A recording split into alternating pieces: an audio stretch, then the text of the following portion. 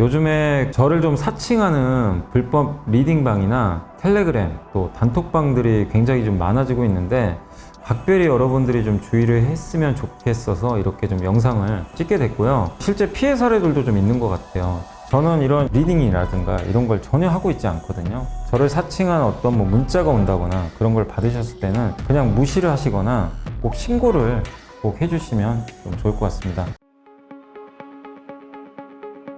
안녕하세요. 이베스트 투자증권의 염승환 이사입니다. 계좌를 신규 개설한 고객님께 요약집 주식 상품권 10달러를 드리는 이벤트를 진행합니다. 영상 하단 더 보기란을 통해 많은 참여 바랍니다.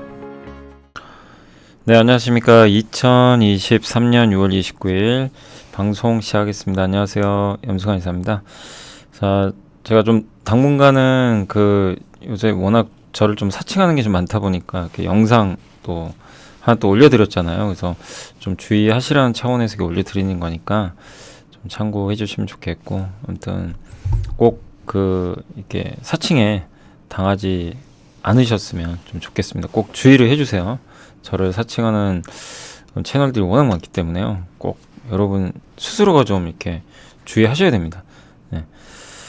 자, 오늘 이제 시장 요즘에 좀 답답하죠. 미국과 좀 전혀 상관없이 한국은 좀 최근에 흘러내리고 있습니다. 그래서 오늘도 그랬는데 이따가 좀 장 끝나고 설명해 드리고, 일단 오늘 이제 해드릴 내용은 하반기 전망 시리즈 여기죠. 다울투자증권 유지영 연구원님이 자동차 쪽 미국의 스타트업 기업이 파산했대요. 전기차 그만큼 어렵다는 거고, 그다음에 조선주 얘기, 운송, 이렇게 항공하고 해운, 그 다음에 이제 요거는 풍력 얘기가 여기 좀 들어가 있습니다. 메리츠에서 나왔고, 유통업체들 매출 동향, 그 다음에 기업으로는 하나솔루션, 롯데정밀화학, PI첨단소재, 현대오토에버, 마지막으로 이제 마이크론 테크놀로지 실적 발표, 거기다가 전장에 들어선 전기전자까지 해서 한번 꽤 많은데 한번 말씀드릴게요. 일단 로드스타운의 챕터 11, 요게 이제 미국의 파산 법원인 것 같은데, 요 로드스타운이죠. 요 회사가 망한 거죠.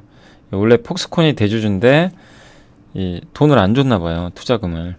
그래서 좀 어려움에 빠졌고, 대량 양산을 한 적이 없다고 합니다. 거의. 예. 그러니까 양산은 하는데 한 대, 두 대 만드는 게 중요한 게 아니잖아요. 꾸준하게 대규모 생산, 테슬라처럼 해야 되는데 그걸 못했던 거죠. 그래서 미국에 이제 2018년, 21년도에 그때 많은 업체들 루시드, 리비안, 피스커, 카누 이런 기업들이 있었는데 결국엔 대량 생산 체제로 진입한 업체는 없어요. 그리고 이제 미국 전기차 시장은 더 커지거든요. 이제 이렇게 되면 기존의 스타트업들은 더 힘들어지면서 결국엔 이제 기존 자동차 회사들의 점유율이 더 올라갈 가능성이 높아진 것 같습니다. 가장 이제 그 안에서도 좋다고 평가받는 게 리비안인데, 리비안도 지금 시가총액이 청산가치 수준이에요. 그냥 자본 총계 정도, PBR 1배, 예, 그 정도의 거래가 될 정도로 지금 평가를 못 받고 있습니다. 근데 현대차는 지금 기준으로 23년도 전기차 판매량이 7만 대 정도 목표하는데 리비안보다 많고요. 리비안은 5만 대고, 25년부터 본격적으로 이제 미국 신공장 가동돼서 전기차가 본격적으로 판매가 될 것 같다. 그래서 이 현대 기아에 대해서는 너무 말씀드리고 싶은 게 계속 좀 짧게 하는 것보단 길게 하는 게 낫다. 그 말씀을 이제 드리는 거고요. 어쨌든 제네시스 라인업이 전기차 쪽이 4개로 확대가 되고, 예, 그리고 신생 전기차 업체들과 좀 격차는 점점 더 벌어지지 않을까, 이렇게 보고 있는 것 같습니다. 그래서 이거 현대차가 그만큼 이제 이 완성차로서 경쟁력이 뛰어나다는 거고, 기존의 스타트업들이 그냥 이거를 들어왔는데 벽에 부딪힌 거죠. 자동차라는 거 만드는 거 정말 어렵거든요. 그래서 현대차가 우위를 계속 기록할 가능성이 높아지지 않았나, 이렇게 보여집니다. 어쨌든 저 유동성 확대로 이때 막 상장하다가 결국엔 파산했고, 여기는 이제 침투율이 올라가거든요. 침투율인데 미국에 테슬라, 현대차 같은 기업들이 더 높은 성과를 내지 않을까, 이렇게 예상을 하고 있습니다. 자, 그리고 SK증권의 한승환 연구원님이 조선주, 그러니까 핵심 뭐냐면 높은 이 지금의 상승세가 좋았잖아요. 이게 이어지려면 높은 레벨의 신조선가가 또 유지가 돼야 되고 수주 잔고도 안정적이어야 되고 인력난 해결돼야 되는데, 근데 3번은 어떻게 할 수가 없어요. 뭐 조선소가 어떻게 한다고 될 문제는 아니고, 요거는 그래서 일단 빼야 됩니다. 근데 최악의 상황으로 갈 것 같지는 않고요. 정부의 지원도 좀 있기 때문에, 그래서 또 인건비 같은 건 충당금 작년에 좀 쌓아놨어요. 그래서 저거는 단기간 내 해결도 어렵지만 저것 때문에 지금 당장 조선주를 안 좋다 이렇게 보진 말자는 뭐 의견인 것 같아요. 저거보다는 1, 2번이 중요하다. 네, 그런 내용 같고, 첫 번째가 이제 높은 레벨의 신조선가가 유지될 것 같다. 요 내용은 뭐냐면 클락슨 신조선가 지수라고 있거든요. 요게 170을 넘었는데 2009년 이후 처음이고, 이거에 선행하는 지표가 클락시 인덱스입니다. 여기 보시면 요거거든요. 요 검은색 선이 먼저 꺾였죠. 조선가 선박 가격이 오르는데 운송지수입니다. 꺾여버렸어요. 이게 선행 지표래요. 그럼 어떻게 될까요? 결국 얘도 꺾이는 거 아니냐, 이걸 우려하는 거예요. 과거에도 항상 그랬으니까. 근데 이번엔 다르다라고 보고 있는 것 같습니다. 일단 이제 저 지수를 산출하는 과정에서 저 이제 신조선가를 그 계산하는 공식이 뭐 나온 건 없는데, 이 벌크선, 탱커, 컨테이너선, LNG 운반선 순으로 영향을 준대요. 이제 벌크선은 석탄 같은 거 나르는 배로 중국이 1등이고, 탱커도 중국이 많이 하죠. 원유 운반선. 컨테이너선은 이제 컨테이너 싣는 거, LNG 운반선인데 한국은 여기에 집중돼 있죠. 주로. 여긴 중국 쪽이고. 근데 가중치는 여기가 더 많이 줘요. 그러니까 이들이 만약에 꺾인다, 예, 그러면은 꺾이는 거죠, 신조선가가. 근데 한번 이 예상을 하기로는 이 벌커와 탱커선이 오른다 이거보다도 여기가 버티는 가운데 이 두 개가 올라간다 계속, 요 논리예요. 어쨌든 올라가죠. 그러면 얘네가 안 빠지고 뒤에 두 개가 오르면 오르는 거죠. 아니면 얘네 둘만 오르는 거죠. 그래도 오르는 거죠. 근데 더 많이 오르겠죠. 얘네 둘만 오르면 가중치가 앞쪽에 가 있으니까. 근데 이런 여러 가지 시나리오가 있는데, 여기서 예상하는 거는 컨테이너선과 LNG 운반선이 좋아지면서 좋을 것 같다, 이 내용입니다.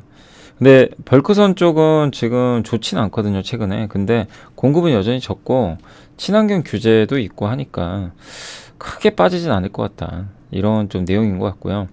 원유 운반선 같은 경우는 현대미포조선이 올해 지금 6월까지 32척의 MR탱커, 저게 이제 중소형 그 원유 운반선이라고 보시면 좋겠는데, 석유화학 운반선 같은 건데, 요런 이제 MR탱커 원유를 운반하는 선박을 수주를 했는데 15에서 22년까지 연평균 35척 받던 배예요. 이거를 지금 벌써 반밖에 안 지났는데 32척 받았어요. 그만큼 수주가 잘 된다는 얘기고, 공급이 없어요, 배가. 그래서 탱커선은 크게 걱정할 이유는 없는 것 같습니다.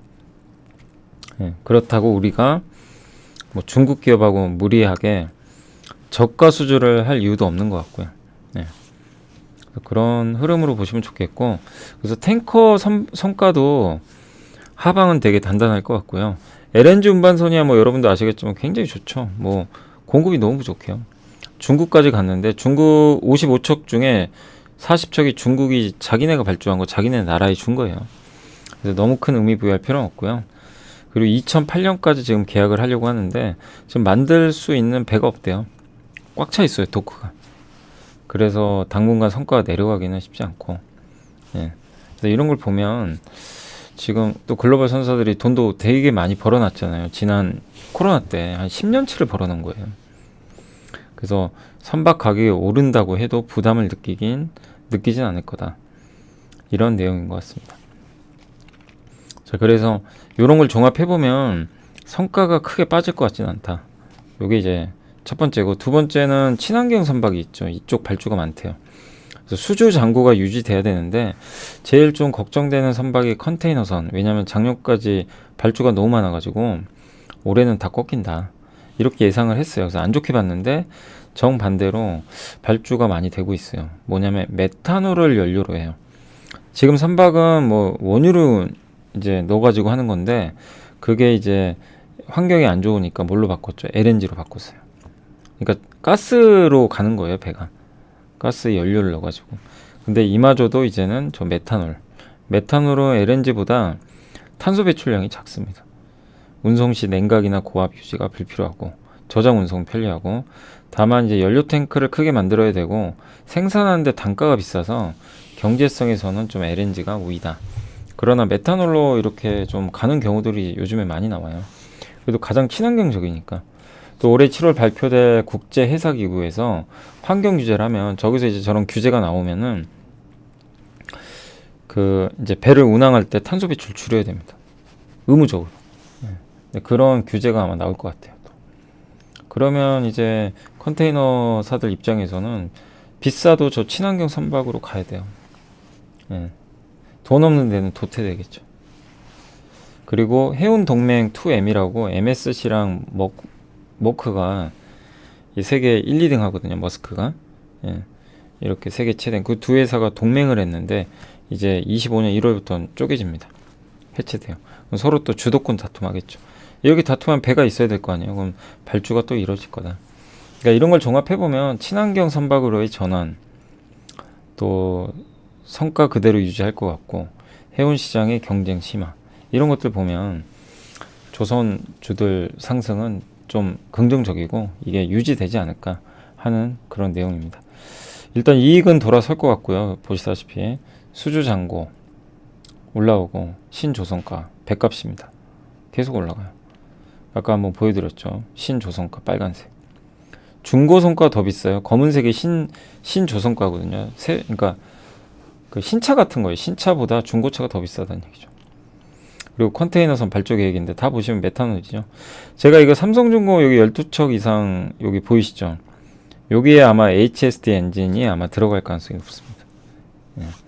예. 니온은 이제 일본 조선소. 일본도 따냈더라고요. 의외로. 그래서 지금 보면 메탄올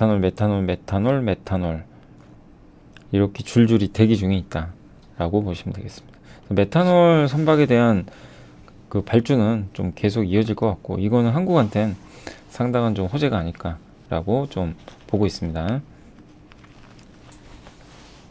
그 다음에 이제 KB증권의 강성진 손민영 연구원이 운송 여객이 셀까 이런 내용인데 운송업종 중에서 항공업종을 좋게 보고 계시더라고요. 그러니까 우리 항공주도 공부해봤지만 비행기가 없어요. 없고 수요는 많고, 그러니까 사람들이 여전히 여행 많이 가고, 그리고 비수기인데도 가격 할인을 할 이유가 없는 거죠. 예. 그리고 소비 줄이겠다고 했는데도 더 자주 가요. 근데 사실은 엄밀히 말하면 일본을 가는 거죠. 일본을 정말 많이 가죠. 왜냐? 엔저 때문에. 엔저 때문에 피해보는 업종이 우리나라 내수 업종이에요. 역으로 생각하면 일본 여행 워낙 많이들 가시니까 항공주도 하는 데는 더 좋죠. 항공사들은 또 팬데믹 기간주에 항공기 많이 줄여놨잖아요. 그래서 늘리기가 쉽지가 않아요. 왜냐하면 보잉 같은 데서 만들어줘야 되는데 바로 되는 게 아니거든요. 예, 그래서 제주항공 연간 영업이익이 역대 최대가 나올 것 같고요. 대한항공도 예상보다 큰 영업이익을 내지 않을까. 그래서 항공주 전체적으로는 좋게 보고 있는 것 같습니다. 다만 벌크선, 뭐 석탄이나 목재 같은 거 실어 나르는 이쪽은 좀 약간 보수적으로 보고 계신 것 같아요. BDI 지수가 그걸 대표하는 지표인데 여전히 좀 반등이 쉽진 않고 벌크선 시황이 저조한 거는 팬데믹 기간 중에 벌크선이 좀 공급이 많았나 봐요. 예, 물동량은 줄어들고. 그래서 초기에 그 항만이 정체되고 막 이래가지고 벌크선 구하기가 되게 어려웠거든요. 근데 지금은 팬데믹이 끝나면서 공급망이 정상화됐고 그러면서 이제는 이 선박에 대한 공급들이 좀 늘어나다 보니까 조금 벌크선 수급에는 부정적이지 않았나 이렇게 보고 있는 것 같습니다. 적은 벌크선 수주잔고 환경 규제 강화 등으로 인한 선박 해체 증가가 예상된다. 그러니까 선박이 많이 해체가 되면 좋은 거죠. 예. 그러니까 공급이 주니까. 예.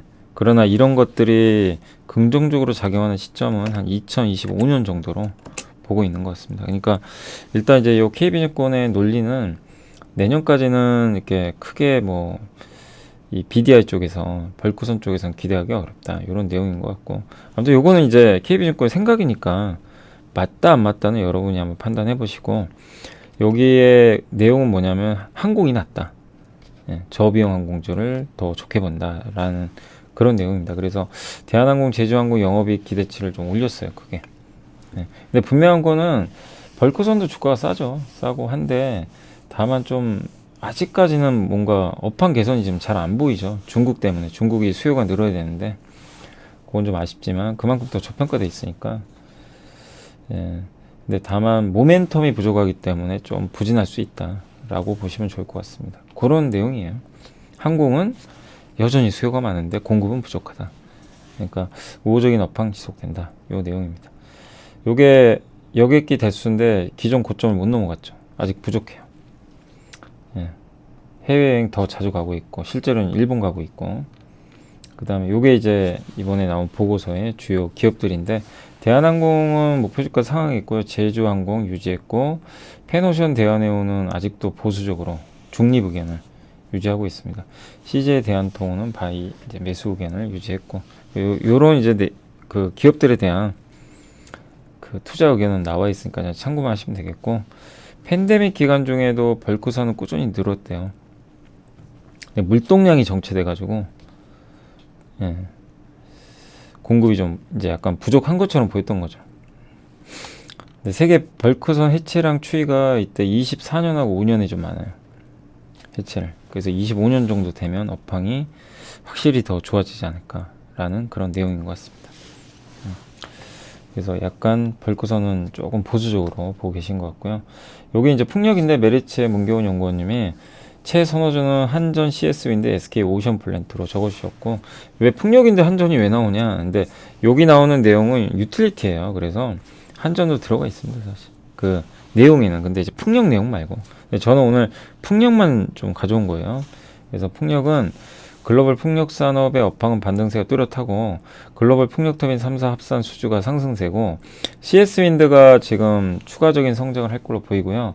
SK 오션 플랜트는 조금 주춤했는데 대만 시장 발주가, 대만에 수주 많이 했거든요. 3분기 이후로 좀 재개될 것 같다. 이런 내용입니다.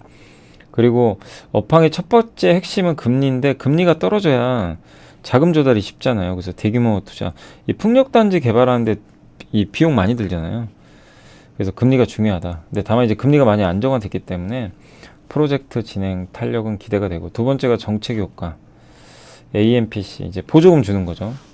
요게 아직은 남아 있는데, 다만 이게 절대 지급 규모가 줄어들지는 않을 걸로 판단을 하고 있습니다. 아무튼 IRA 세제 혜택이 어떻게 될지는 아직 좀 명확하게 나오진 않아서 조금 더 살펴봐야 되겠지만, 어쨌든 그 세제 혜택이 예정대로 좀 진행이 돼준다면 미국 풍력 시장 성장은 드라마틱할 것 같다. 이 내용입니다. 미국의 연간 풍력 설치량은 지금보다 한 3.4배 26년까지 예상이 되고, 올해 하반기부터 수주가 나와야 설치가 돼요. 바로 되는 게 아니니까. 그래서 올해 하반기부터는 미국발 수주도 한번 기대해 볼 만하지 않나 라는 그런 내용인 것 같습니다. 그래서 CS윈드를 좀 긍정적으로 말씀해 주셨고, 국내 쪽에서는 해상풍력 시장이 이제 열리거든요. 근데 아직은 시장에서 이걸 반영 안 하는 것 같더라고요. 그래서 이 1월 달에 100에서 200메가와트 정도 규모밖에 안 됐는데, 2029년 30년까지 5기가와트를 설치를 해야 돼요. 그만큼 이제 성장은 명확한 거죠. 그리고 실제 프로젝트가 착공되면서 규제 완화가 관찰되고 있다. 이런 부분도 긍정적인 내용인 것 같습니다. CS윈드의 수주 추이 전망이고, SK 오션 플랜트는 수준 좀 주는데, 요게 뭐죠? 해상 풍력이 중요하잖아요. 요 수주가 급격히 늘어나죠, 과거보다. 그래서 SK 오션 플랜트도, 근데 다만 대만 이제 수주가 좀 남아 있는데, 그건 좀 한 번 더 확인해야 될 것 같고, 미국의 풍력 설치량 전망이거든요, 기본적인. 그럼 23년 올해 하반기에 설치가 들어가야 된다고 합니다. 수주해서. CS윈드의 실적은 안 좋았지만 이제 드디어 터닝해서 좋은 모습을 계속 이어질 것 같고요. 국내 풍력 발전 용량인데 되게 낮죠. 근데 이거를 본격적으로 25년부터 착공을 해서 급격하게 좀 늘어나지 않을까 하는 그런 내용인 것 같습니다. 그래서 풍력에 대해서는 어쨌든 국내도 모멘텀이 있고요. 해외 쪽도 있으니까 한번 지켜보시면 되겠습니다. 예, 그러니까 수요가 성장하는 산업이죠. 혹시 5월 주요 유통업체 매출 동향인데 먹고는 산다. 삼성의 박은경 연구원님이 5월 주요 유통업체 매출 5.7% 증가했는데 2019년 수준 성장률밖에 안 돼서 굉장히 부진하다고 합니다. 불황형 소비고요. 자기가 먹는 건 사요. 가성비 좋은 거. 그래서 식품 매출액은 11.6% 성장을 했습니다. 예. 그리고 집밥 수요가 많이 늘고 있대요. 예. 또 생활 필수품에 대한 수요도 견조하고 패션 잡화 쪽은 조금 꺾이고 있대요. 성장률이 2%, 1.4. 1분기에 비해서는 2분기가 확실히 둔화된다. 네, 이렇게 좀 보고 있습니다. 유명 브랜드 매출액 성장률도 계속 한 자릿수 성장, 낮은. 그래서 여유 소비재. 우리가 옷이라는 건 옛날에 집에 있는 옷 그대로 입어도 되잖아요. 먹는 건 그렇게 못 하잖아요.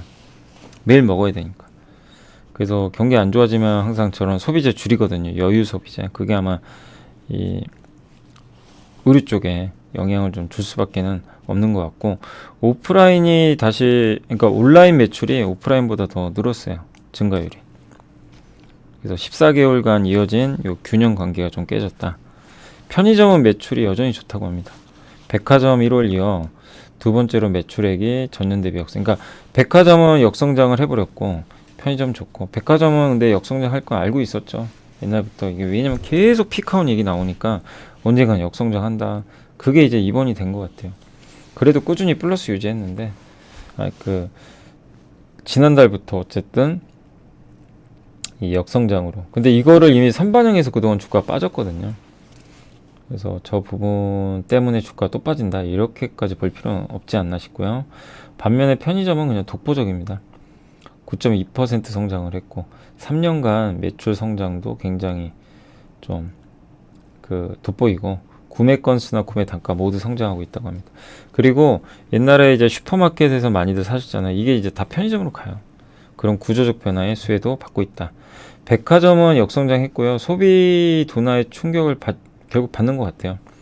예, 사람들이 이제 백화점 비싼 제품을 많이 파니까 그래서 불황에 좀 취약하죠. 근데 그동안 진짜 잘 버텼거든요. 백화점이. 근데 그게 조금 이제 약간 현실화되면서 조금 이제 부담으로 작용하는데 다만 백화점 피크아웃 얘기는 뭐 계속 있어서 좀 새로울 건 아니다. 라고 그동안 또 생각보다는 되게 잘 버텼던 것 같고요. 그래서 어쨌든 이제 결론적으로 GS 리테일을 좀 최선호주로 설정을 하셨고 연말까지 현재와 같은 불황형 소비. 예. 사람들이 쓸 건 쓰는데 필수 소비재는 경기 소비재 굳이 안 사도 되는 건 안 사겠다. 요런 좀 내용인 것 같습니다. 하나솔루션이 요새 좀 주가 분위기 안 좋죠. 일단 실적 면에서는 그렇게 나쁘진 않아요. 실적 좀 감소한다고 하는데 발전 매각 부분이 발전소 같은 거 태양광 발전소 이거를 매각을 해서 돈을 벌거든요. 그게 좀 이익이 감소하는데 저건 근데 추정하기가 되게 어렵죠. 그래서 가장 핵심은 태양광 셀 모듈인데 이쪽은 192억 정도 이익이 오히려 더 늘어날 것 같습니다. 그러니까 이런 부분만 보면은 내용은 나쁜 게 아니에요. 미국 증설, AMPC 효과, 미국 태양광 내 굳건한 지배력, 석유화학 바닥 통과들은 봤을 때 연간 실적은 우상향하지 않겠냐 이런 내용입니다. 그래서 최근에 원재료인 폴리실콘 가격 급락하면서 태양광 셀이나 모듈도 가격 떨어지면 안 된 어떠나 이런 이제 걱정들을 좀 하고 계신 것 같아요. 네. 그렇지만 이 폴리실콘이 떨어지게 되면 또 원가는 또 절감되게 되고 또 그만큼 중국의 설치 수요 늘어나게 되고요. 또 AMPC 미국에서 이제 보조금 주고 하나솔루션은 또 보조금 받을 수가 있죠. 네. 그래서 장기적으로는 괜찮은데 다만 요즘에 풍력에 비해서는 확실히 좀 태양광에 관심이 많이들 떨어지신 것 같아요. 그래서 풍력에 비해는 관심도가 하락됐고 실적 우려가 조금 다소 있는 듯한 모습도 있는 것 같습니다. 왜냐하면 아까 말씀드린 대로 태양광 쪽에 태양광은 좋은데 셀은 발전소 매각하는 거 있죠. 이게 좀 감소하면서 실적에 대한 우려. 근데 핵심은 그건 아니거든요. 태양광 셀 모듈이 중요하니까 제 생각엔 괜찮다 이렇게 보여지고 현재 주가는 이제 싸졌어요. 옛날에 한 5만 원까지 갔었지만 지금 42,000원대 막 이렇게 왔으니까 지금은 좀 충분히 저평가 구간이 아닐까 라고 보고 있고, 하이투자증권의 전유진 이주환 연구원님이 롯데정밀화 요새 석유화학 너무 안 좋죠. 근데 안 좋은데 좋아지는 거 두 개 있잖아요. 효성첨단 소재랑 롯데정밀화. 예, 독보적인 것 같고 목표주가 올려버렸습니다. 롯데정밀은. 근데 요걸 한번 설명해드리면 그 제가 읽어보고 또 한번 이제 얼마 전에도 롯데정밀화학 한번 소개해드렸잖아요.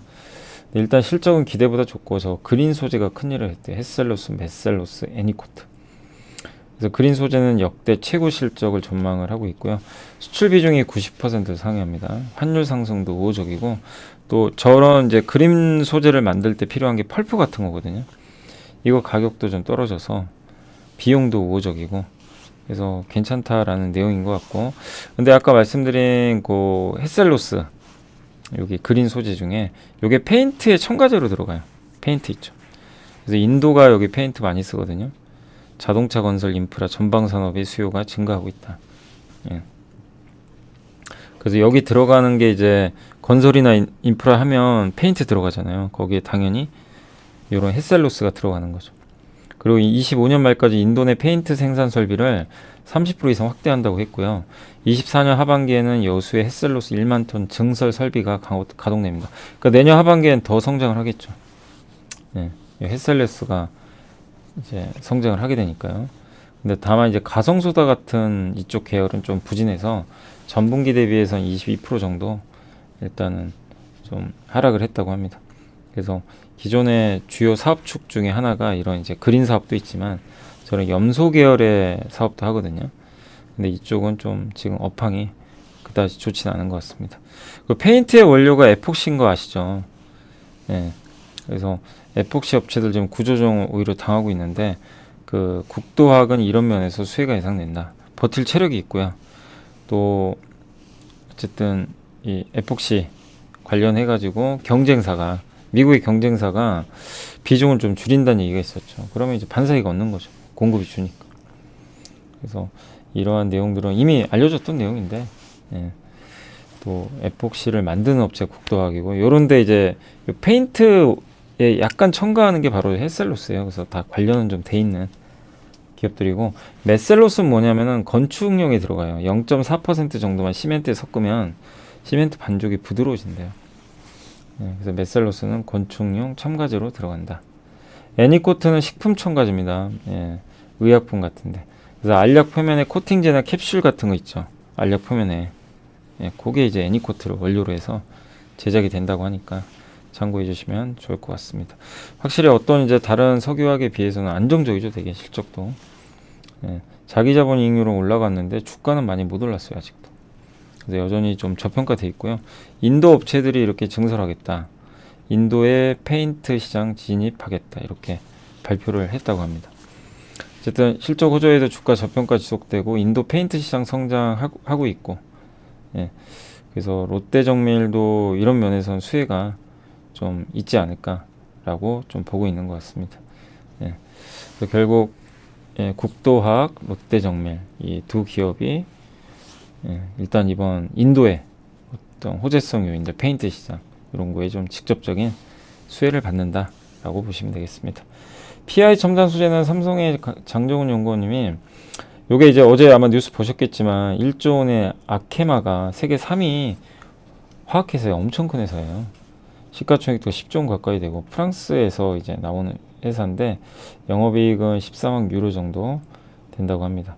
네. 그래서 이 회사도 화학회사인데 PI 첨단 소재를 왜 샀을까? 근데 이 회사는 슈퍼 엔지니어링 플라스틱이라고 주로 이제 저런 것들은 자동차에 또 많이 들어가겠죠. 예, 근데 이걸 경영권을 아예 인수를 해가지고 PI 필름 영역까지 좀 확대하고 싶다라는 그런 의도가 아닌가라고 좀 보여집니다. 다만 이제 한국과 중국 내에서 기업 결합 승인을 좀 받아야 됩니다. 그리고 기존 경영진은 큰 변화 없을 것 같고요. 예. 그리고 이번에 아시아 위주로 주로 납품을 하는데 이게 이제 이번 일을 계기로 미국이나 유럽으로 확대될 수도 있다라는 그런 내용입니다. 그리고 바니시 필름이라고 이 구동 모터 같은 거 있죠. 자동차 모터 이런 거 이제 감싸주는 뭐 그런 부품이었나요? 아무튼 그런 필름이었던 걸로 기억이 나는데 어쨌든 예, 전기차용 바니시 필름 수요 확대에 대응하기 위해서 미국 투자도 검토하고 있다. 지금 이 회사를 한 2조 원 정도 주고 산 거예요. 지금 시총이 1조 원 정도 되니까 한 100% 정도 프리미엄을 얹고 인수를 한 거죠. 네, 그래서 글로벌 화학회사 인수는 저는 긍정적이다. 다만 이런 뉴스를 기다렸다가 뭐 파시려고 하는 분들도 있을 수도 있겠죠. 네, 그런 물량들이 좀 나올 수도 있다. 그래서 단기 변동성은 좀 감안하자. 예, 왜냐하면 이 이슈로 그동안 조금씩 올라갔거든요. 그게 이제 노출이 됐으니까 조금 쉬어갈 수는 있다. 이런 내용이고, 어쨌든 실적에 대한 방향성은 올해 긍정적이다 라고 보시면 좋겠습니다. 안녕하세요. 이베스트 투자증권의 염승환 이사입니다. 계좌를 신규 개설한 고객님께 요약집 주식 상품권 10달러를 드리는 이벤트를 진행합니다. 영상 하단 더 보기란을 통해 많은 참여 바랍니다. 현대오토에버가 그걸 했어요. 그 뭐죠? 인베스터 데이, 어제 투자 데이를 했고, 결국엔 디지털 전환에서 가장 할 일이 많은 기업이고 27년 매출 5조 제시했지만 더 나올 것 같고, 스마트 팩토리 소프트웨어가 성장 동력이다. 목표 주가를 올렸습니다. 그룹 내 유일한 소프트웨어 기술 기업이죠. 그 자동차는 원래 기계 부품 결합인데 이게 그룹의 디지털로 바뀌어요. 그래서 현대차 그룹도 디지털화 되는 거죠. 예, 기계화해서. 그리고 로봇이라든가 UAM 이런 것들도 목표를 좀 확장한다고 언급이 나왔습니다. 22년 한국 시장 4대 그룹 IT 투자 평균이 매출 대비 1.3에서 1.5% 정도 된다고 합니다. 저게 평균 한국이. 근데 현대차 그러면 0.8%밖에 안 돼요. 그죠? 그러려면 이제 더 이 그러니까 투자를 계속 할 수밖에 없는 거죠. 현대차 그룹이 0.8이니까. 근데 이런 이제 그룹사 투자를 하게 되면 여기 관련된 현대오토에버가 좀 수혜를 받겠죠. 예. 그리고 기존 내연기관차 공장은 현대오토에버 매출액이 100에서 200억인데 스마트 팩토리로 이게 자동화되면요 500억이 된대요. 좋을 수밖에 없죠. 요즘에 공장은 이렇게 진행되니까. 또 차량 내 내비게이션 기본 탑재도 추진한다고 하는데, 유럽에서 ISA 법제화도 긍정적이라고 합니다. 그러니까 신차에다가 지능형 속도 제한 시스템 표준을 장착을 해가지고 내년부터는 모든 차가 다 의무화를 하나 봐요. 그래서 운전자가 도로 상황에 맞게 적정 속도 유지하게 할 수 있도록 센서, 도로 표지판, 차량 위치 정보 이런 걸 이용을 해가지고요 제한 속도 정보를 주는 거죠. 네. 그러니까 이제 그런 어떻게 보면 약간 경고하는 듯한 그런 느낌도 드는데, 어쨌든 이런 이제 내비게이션을 탑재하게 된다면 현대오토에버한테는 좋은 거죠. 주력 사업 중에 하나니까. 예. 그리고 글로벌 내비 탑재율이 현대차 그룹이 37%인데 불과 지금 한 3년 만에 50에서 60%까지 늘어났습니다. 두 개 중에 한 차는 현대차 중에 두 개 중에 하나는 이제 내비게이션이 들어간 거죠. 그리고 현대차 그룹은 이 운영 체제를 오토스타라는 데서 이제 채택을 했고, 예, 이 모빌진이라는 이제 어떻게 보면은 이 소프트웨어가 이 현대차 그룹의 차량 특성에 맞게 조정을 해준다. 그래서 다 연결이 돼 있다. 이 모빌진을 하는 회사가 바로 현대오토에버죠. 우리 지난주에 배웠잖아요, 그죠? 현대오토에버. 그 김진우 연구원이 한국투자증권. 그래서 25년 이후 영업이익률 높은 한 자릿수 예상을 하고요. 27년에는 10% 정도 전망을 한다고 합니다. 그리고 22년도 배당 성향은 27.5. 배당 성향은 굉장히 안정적이에요. 25에서 35% 계속 주겠다. 다만 주가가 좀 많이 오른 상태라 배당 수익률은 높진 않아요. 1.1% 밖에는 되진 않습니다. 배당을 내가 지금 투자했을 때 배당으로 받을 수 있는 돈은 그렇게 많지는 않습니다. 네. 아무튼 현대오토에버 같은 경우는 현대차가 가야 되는 자율주행 방향에 가장 중요한 역할이죠. 누가 봐도 소프트웨어를 하니까. 전용 회사니까. 근데 소프트웨어의 중요성은 점점 더 커지니까 긍정적일 수밖에 없는 것 같습니다. 예. 그래서 좀 장기로 보셔야 될 것 같아요. 그래서 마이크론 실적 발표했는데 핵심 뭐냐면은, 야 지금 이제 가격 올라갈 수도 있어. 그래서 좀 불안감을 촉발시켜요. 그러니까 지금 저기 고객사한테 겁주는 거예요. 야 너 지금 안 사면 나중에 너 굉장히 비싸게 사야 된다. 이런 얘기를 하고 있는 거예요. 지금 계속 암암리에. 예. 이런 거고, 삼성전자 관련 포인트는 설비 투자를 줄이는 게 중요해요. 줄여야 업황이 빨리 돌아가겠죠. 그 다음에 HBM 어떤 전략을 갖고 있는지. 아직 하이닉스에 비해서는 좀 약간 부족하다는 얘기도 있잖아요. 그래서 이제 반격을 준비 중인 것 같은데, 예, 어떤 기술을 좀 강조하려고 하는지 좀 지켜봐야 되겠습니다. 그리고 아마 특수 관계인의 등기 임원 복귀에 따른 이건 조금 아직 그 여기 누구시죠? 이재용 회장님이신가요? 예. 그분을 좀 지칭하는 것 같긴 한데 예. 아무튼 등기 임원에 만약 복귀를 하게 되면 수익성 위주의 경영이 나오면서 실적 더 좋아지지 않을까 이런 내용입니다. 그리고 메모리 업황은 공급이 적고요. 수요 증진 요인, 신규 서버, CPU 플랫폼 이런 것들은 감산까지 발생해서 4분기부터 빠르게 업황은 개선될 걸로 보고 있고 마이크론이 이제 뭘 던졌냐 메시지로 이제 중국하고 지금 중국이 규제하니까 자기네 매출 줄거든요. 실제로 줄고 있다고 했던 것 같고 다만 그 빈자리를 한국 업체들이 채우지 말라 그랬잖아요. 미국에서. 예. 그래서 이제 마이크론도 요청도 그거예요.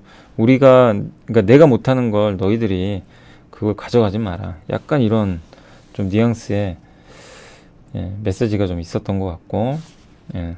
그리고 웨이퍼 투입량을 그러니까 감산폭을 기존에 25% 주는데 이거 30%까지 늘려요. 예. 그러니까 경쟁사들의 감산폭이 좀 그렇게 크진 않거든요. 삼성도 10에서 15% 이상이에요.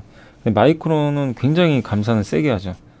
근데 내가 상대적으로 피해를 감소해서라도 감산하겠다 나는.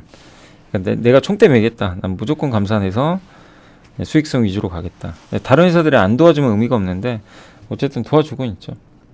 그래서 이런 부분들은 조금 약간 긍정적이지 않을까라고 좀 보고 있습니다. 그래서 이제 감산하는 건 좋아요. 근데 삼성도 해주면 더 좋겠죠.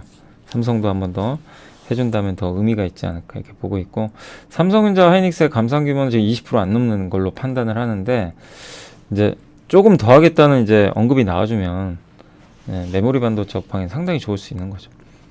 그리고 마이크론은 다수의 긍정적 수요 전망을 통해서 또 지금 상황이 그렇게 좋은 편은 아닌데도 계속 이게 아파가는 거예요. 지금 좋아집니다 이러면 저 메모리 반도체 사야 되는 고객사 입장에서 조급해져요. 예, 이제 그럴 수 있다는 거죠.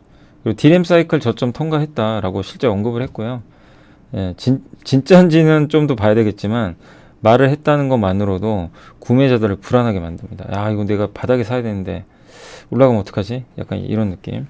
또 메리츠증권이 잘 맞췄던 것 중에 하나가 작년에 이제 삼성이 피벗한다. 피벗이 뭡니까? 이제 약간 감사에 동참하는 거죠. 근데 그걸 실제 현실화했죠. 근데 공급 축소폭이 좀 더 있어야 된다. 이걸 좀 원하고 있는 것 같아요. 그렇게 된다면 조금 더 의미 있는 반전 나오지 않겠냐. 그러니까 이번에 7월에 삼성전자 실적 발표할 때 추가 감산이 좀 중요한 이슈가 됐다. 그거랑 HBM 이쪽에 대한 부분들 좀 지켜보자. 그래서 일단 마이크론의 메시지는 명확합니다. 더 이상의 업황 악화를 바라지 않고요. 돈 더 벌고 싶다. 돈 벌고 싶다. 이걸 분명히 밝혔습니다. 그래서 협박을 하고 있어요. 이제 더 이상 안 떨어진다. 약간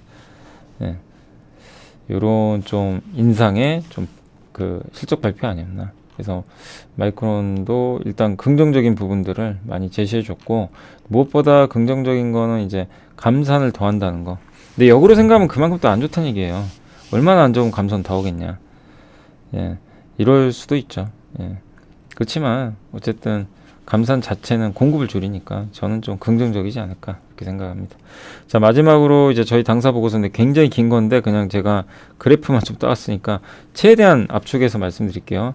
전장에 들어선 전기전자, 글로벌 스마트폰 출하량은 줄죠. 그러니까 이게 참 어려운 딜레마죠. 그래서 전장은 전기 전자적 제어를 담당하는 하드웨어 부품과 소프트웨어를 같이 합친 걸 전장이라 그래요. 자동차.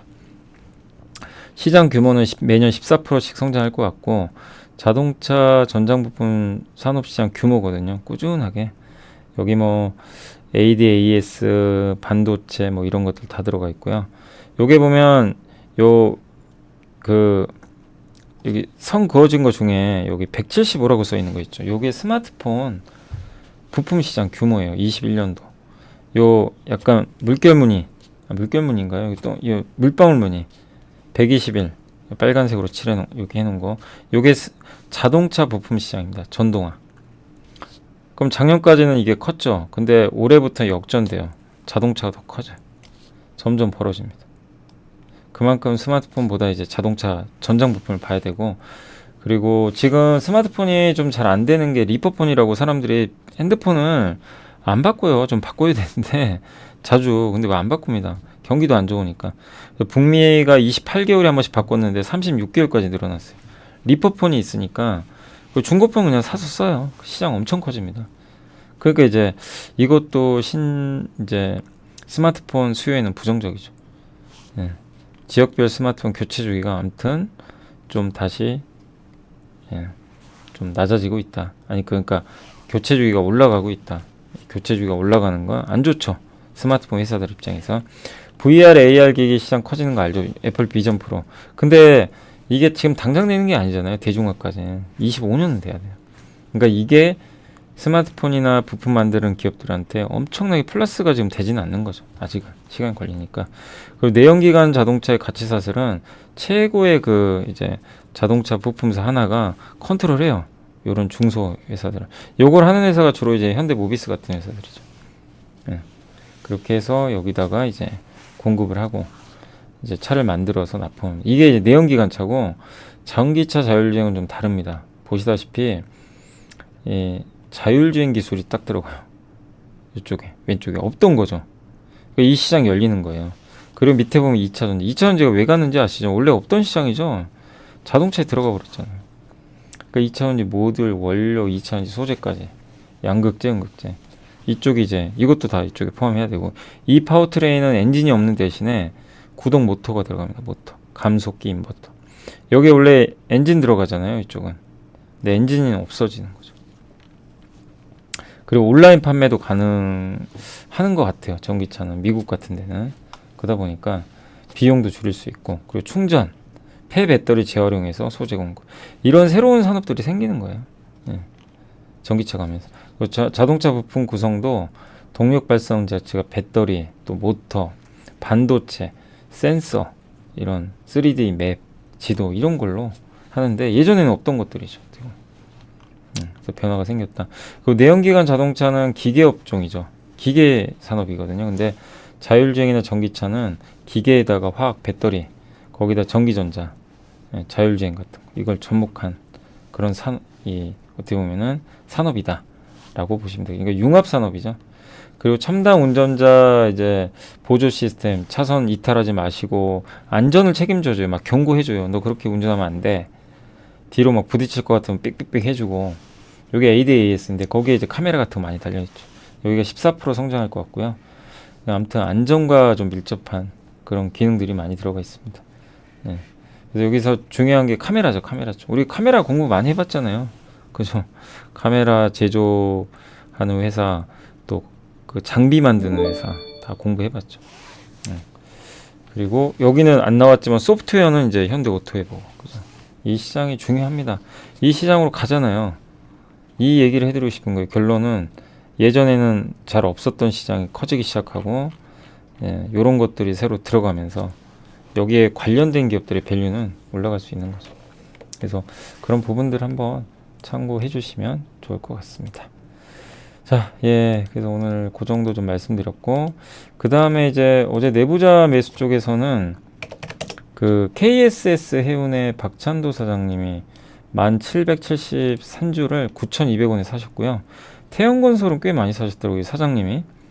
지난번에도 태영건설은 꾸준히 들어오는 것 같긴 한데 무려 10만 줄 샀습니다. 그리고 저번에도 샀는데 그 하나갤러리아 3남 막내죠. 김동선 전무가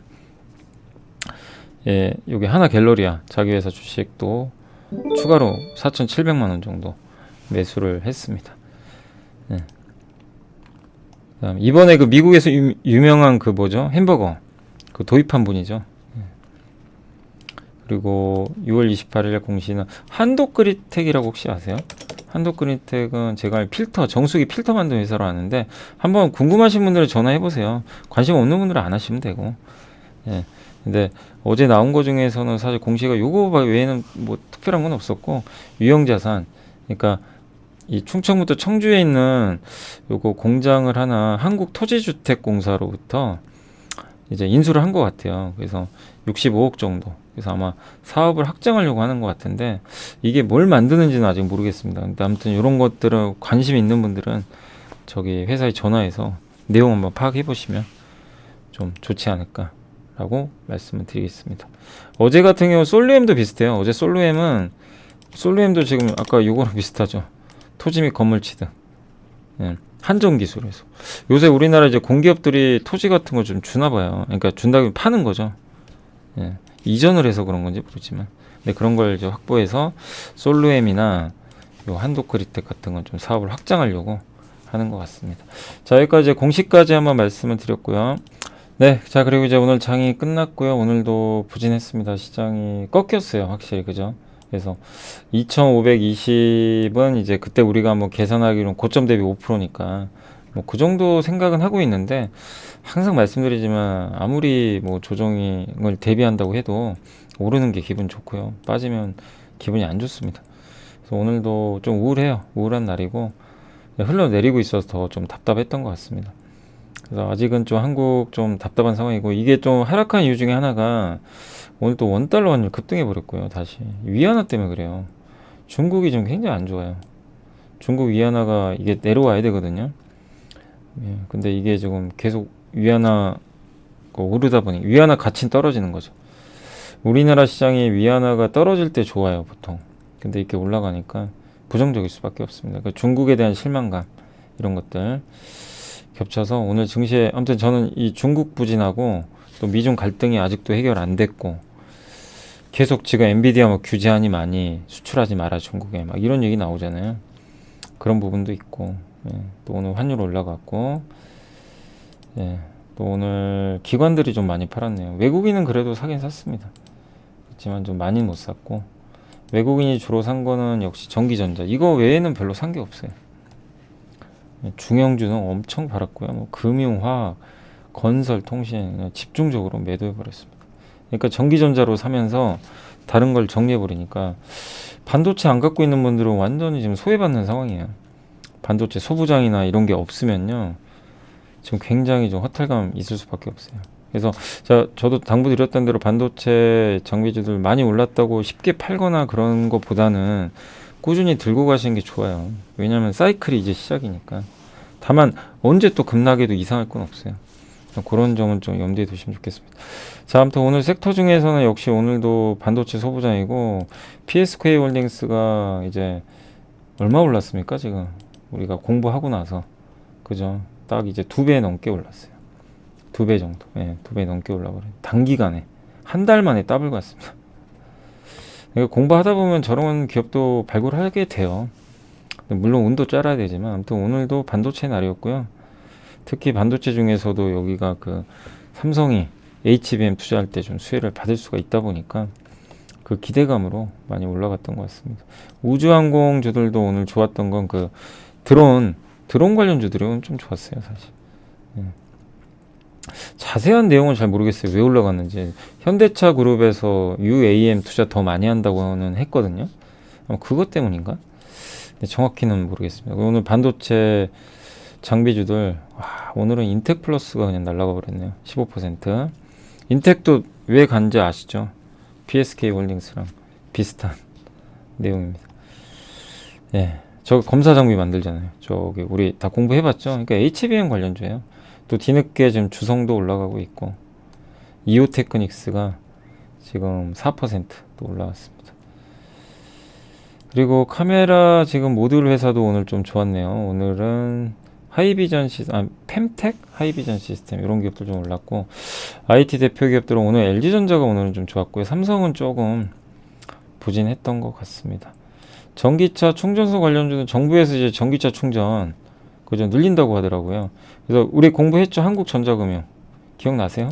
예, 저번에 그 정홍시 연구원님 자세하게 아주 이제 제대로 기업 분석했어요. 그렇게 써주시면 되게 좋죠. 공부하기가 너무 좋아요.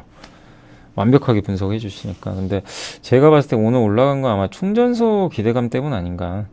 전기차 충전소 늘리는데 이 회사가 그 무인 주차장 많이 갖고 있잖아요. 그럼 굉장히 사업하는데 유리하겠죠. 그래서 오늘 올라간 거는 뭐 정부 정책 기대 아닌가라는 생각이 들어요. 그리고 2차 전지 장비주 중에서 아바코가 오늘 좀 많이 올라갔네요. 예. 방위산업 기업들도 일부 좀, 방위산업은 그 UAM, 드론이나 이쪽인 것 같고, 아이폰 좋았고요. 관련주 반도체 대표주 좀, 그러니까 다 IT예요. IT. 오늘 올라간 건 거의 다 IT입니다. 태양광도 이거 반도체로 봐야 되겠죠. 골프 관련주도 뭐 일부만 올라갔네요. 항공주 일부 올라갔고, 제주항공이 좋았죠. 그리고는 다 빠져버렸습니다. 별로 안 좋았고요. 오늘 탄소 나노튜브 관련주들이 좀 안 좋았네요. 상보 급락, 제이오도 아마 차익 매물 나온 것 같고, 요새 2차전지가 좀 별로 안 좋아요, 분위기들이.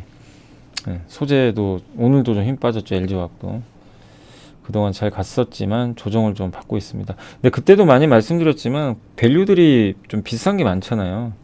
그러니까 그런 조정이 나올 수는 있습니다. 언제든지. 다만 펀더멘털이 망가지면 안 돼요. 그거를 계속 이제 체크해 봐야 되겠죠. 미용 의료기기도 오늘 뭐 대웅제약, 뭐 메디톡스 오늘 다 이쪽 안 좋았던 것 같고요. 예. 전반적인 분위기는 미용 의료기기 안 좋아. 건설주들도 오늘 굉장히 안 좋았습니다. GS건설은 요새 뭐 이슈가 좀 있죠. 아마 공사 막 이렇게 해가지고 그런 부분 때문에. 그래서 요새 유독 GS건설이 좀 문매를 맞고 있어요. 안 좋아요. 그래서 오늘도 8%나 좀 폭락을 했고요. 비료 쪽도 여전히 좀 좋진 않고, 통신도 오늘 좀 안 좋았습니다. 통신 아마 분기배당도 있어서 그렇지 않나. 오늘 분기배당 낙이에요. 그래서 어제까지 갖고 계신 분들은 조금 이제 배당을, 분기배당은 어제까지 갖고 계셔야 돼요. 분기배당 주는 기업들은. 그리고 타이어 쪽도 오늘 좀 안 좋았습니다. 효성 첨단 소재가 오늘은 좀 빠졌고요. 뭐 한국 타이어는 좀 덜 빠졌네요. 아니, 보합이네요, 보합. 넥센은 좀 빠졌고, 보톡스 관련주들은 이제 아까 보셨죠. 오늘 좀 안 좋았습니다. 그리고 편의점 관련주들 여전히 안 좋습니다. 이게 왜 그러냐면 정부가 지금 요새 물가 단속하잖아요. 라면 내려라. 이러면 어떻게 되죠? 단가 낮아지죠. 그죠? 그 영향을 좀 받는 게, 요새 내수 업종들이 지금 너무 안 좋습니다. 여러모로 충격을 좀 받고 있어요. 정부 정책도 좀 안 좋죠. 저렇게 이제 가격 인상을 막아버리니까. 또 많이 올랐던 오늘 이 건설기계 좀 빠졌고요. 정유도 여전히 안 좋습니다. 정유도 계속 지금 흘러내리고 있고요. 국제유가도 좀 떨어지고 막 이러다 보니까. 그리고 리튬은 에코프로만 좋았어요. 에코프로만 버텼고 대부분 안 좋았습니다. 그래서 오늘도 2차전지 쪽은 상당히 부진했고, 음식료도 뭐 계속 지금 분위기는 안 좋은 상황 같아요. 꾸준하게. 가격이나 우려 때문이죠. 다른 데도 이제 가격이나 하면 어떡하나 요 우려. 게임주도 좀 안 좋았습니다. 오늘은 또 컴투스가 글쎄요, 뭐 뉴스 나온 건 없는데 모르겠습니다. 외국인이 어마어마하게 팔았습니다. 특별한 뉴스는 나온 건 없고요. 석유화학 기업들도 요새 뭐 돌아가면서 안 좋아요. 오늘은 이수화, 코오롱인더, 이런 기업들의 주가가 좀 안 좋았습니다. 종합상사도 좀 쉬어갔고요. 확실히 오늘 보면 반도체 안 갖고 있는 분들은 정말 이제 완전 짜증나는 날이에요. 너무 안 좋아요. 그죠? 분위기가 그냥 급락장입니다. 급락장. 근데 반도체가 버티니까 지수는 아주 많이 빠진 건 아닌데, 지수가 14포인트 빠졌거든요. 반도체가 올랐는데도. 그러면 다른 기업들이 그만큼 안 좋다는 얘기죠.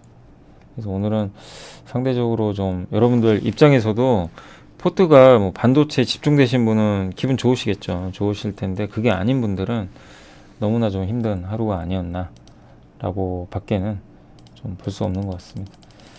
그리고 오늘 이제 뭐 올라간 기업들도 있는데 내려간 기업들이 워낙 많아가지고 그냥 하락 종목들만 좀 보면요. 오늘 오른 거는 뭐 물론 여기 그 챗 GPT 관련주들 있죠. HBM.